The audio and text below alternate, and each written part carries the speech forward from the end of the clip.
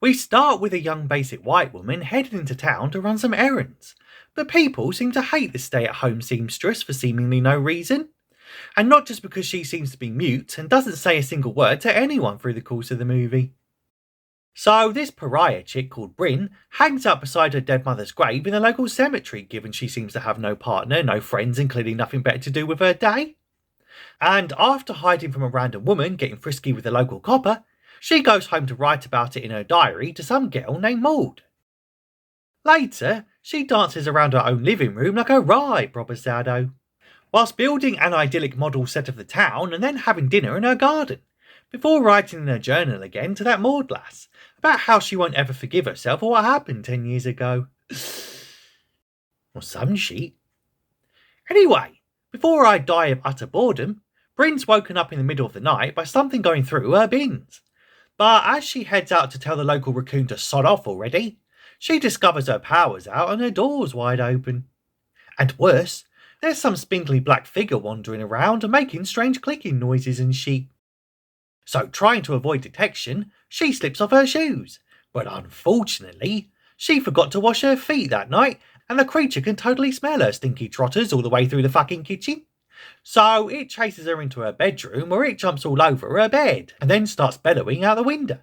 And after the mysterious intruder totally defenestrates itself, she runs downstairs to close the door. But also, unfortunately, said mysterious intruder is a tad bit peckish and so rips open her fridge, because he totally wants to try the local cuisine given he's sick of rummaging around in her bins all night. And here, we get our first glimpse of what's been terrorising this basic lady in her 90 all this time. And turns out it's current Dame Madonna on one of her late night benders. Whoops, I meant to butt ugly space alien.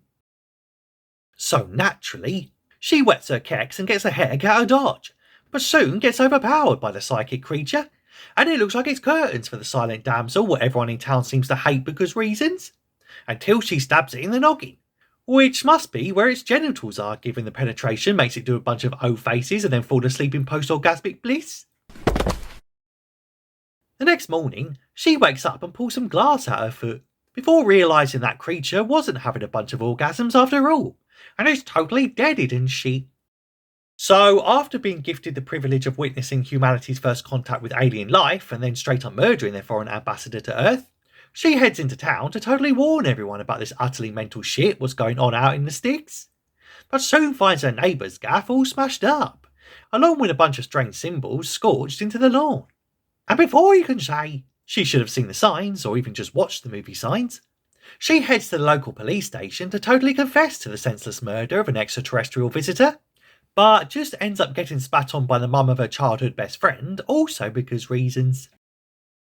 So naturally, she has a panic attack in the middle of the street, before deciding to get the heck out of town on a small bus. But in a shocking twist, what this Brinny chick could never see coming. Turns out the local townfolk who totally hate her guts still really hate her guts, and she starts getting attacked by the local townsfolk who totally hate her guts. No way! Only this time, they're making strange inhuman vocalisations and climbing up the seats and shit. So she runs off to her dead mummy's grave and has a little cry after now realising no one's coming to save her, neither from rude bus people nor from giant scary storm clouds.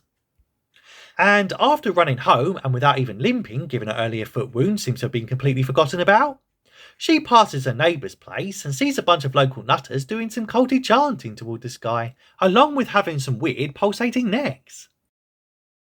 So deciding she ain't going to go out like a total chump, she promptly fortifies her giant fuck-off house, which she can somehow afford on a single salary as a work-from-home seamstress in times of rampant inflation, and despite everyone seeming to hate her, so how the frig does she get any clients anyway? And starts securing the windows and boiling saucepans of water and shit.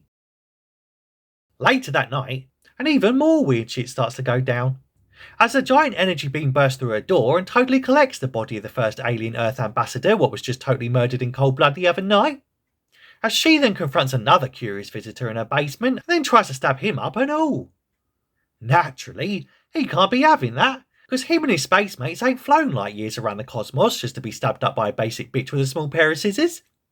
And before you can say, why didn't she spend all day buying up a fuck ton of guns in town instead of crying in cemeteries and having panic attacks by a small wall? The little green spaceman is totally distracted by a cheesy photograph of Bryn and her childhood best friend Maud, so she quickly runs upstairs seemingly to safety, before getting stalked by some creepy crawly alien fella and totally getting pounced on. But luckily, she lobs a bunch of boiling water over the poor fucker before penetrating it with a broken mop. And before he can say, "I can't believe this is how you treat your guests on this planet and I hope you ain't expecting a positive review on TripAdvisor," she slams it in the face with a closet door. Liberties! And for some reason, she doesn't even bother to finish him off when he's hung up helplessly and taking a sleepy siesta. But instead, she takes a leaf out of their book and proceeds to defenestrate herself, before getting kidnapped by a possessed local mailman and brought before the giant alien queen, who seems to have found Bryn's collection of late 70s cheesy pop records, because it starts doing the fucking YMCA and shit. Now say it, young man. Luckily, she's able to get loose and totally kick the local mailman into the mothership's abducto beam.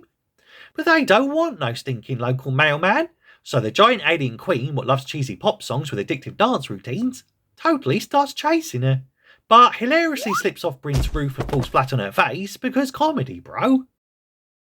Which gives her time to accidentally trap it in the middle of her car and then totally incinerate the fucker. And before it can say, It's fun to stay at the local fucking Burnwald, the young girl finally ends up getting captured again and totally surrounded by blinding red light, and promptly giving me flashbacks to my stag do in Amsterdam, son. Bruh. Anyway, after the aliens channel their inner Chris Brown and smack her up to the fucking ceiling, one of the kinky creatures coughs up a furball and spits it into her mouth, and she's soon possessed by some sort of tentacled parasite thing. But turns out this was all just a creepy dream, and she wakes up in her bed and finds her whole house full of happy lens flare and shit. And she just can't believe that her dead school friend has now come back to life as a grown adult. And astonishingly, she finally speaks for the first time in this film, and saying she's super sorry, but not saying what for. Before then sticking her own fist in her gob and pulling out that furball thing. 'Cause in another shocking twist, what no one could ever possibly see coming, turns out the reality where everything is perfect and her deaded best friend is visiting her from beyond the fucking grave was all just a phony fakey hallucination made by that tentacled parasite thing. No way.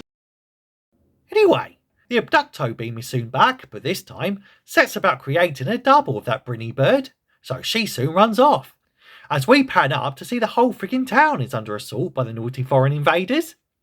And before you can say, Biden needs to hurry up and finish Trump's wall already because the illegal alien problem in America is getting way out of hand, son, Bryn gets lost in the woods and soon shanked up by her own doppelganger. I mean, I've heard of self-harming, but this is just taking the piss, son.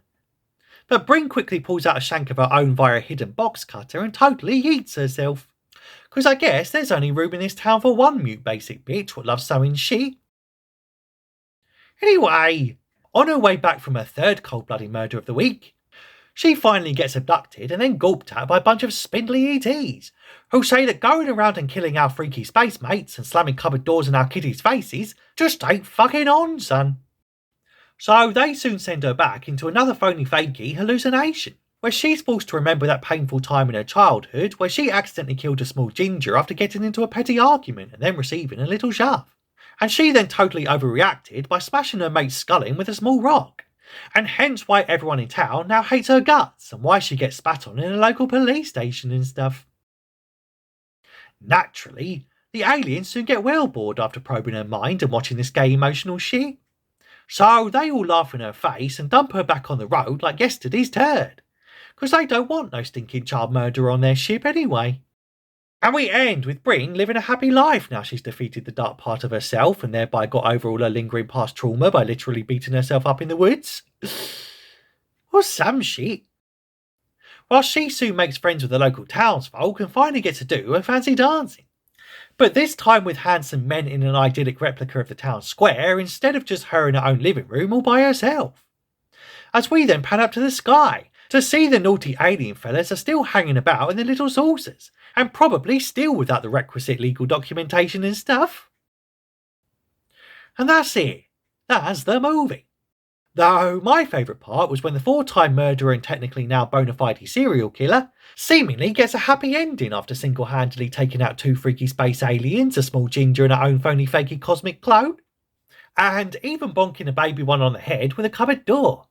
And all this without even getting a visit from the Men in Black or federal law enforcement, given she's ruined humanity's first contact with alien life by scrambling their brains and penetrating the poor fuckers with broken mop handles. God damn!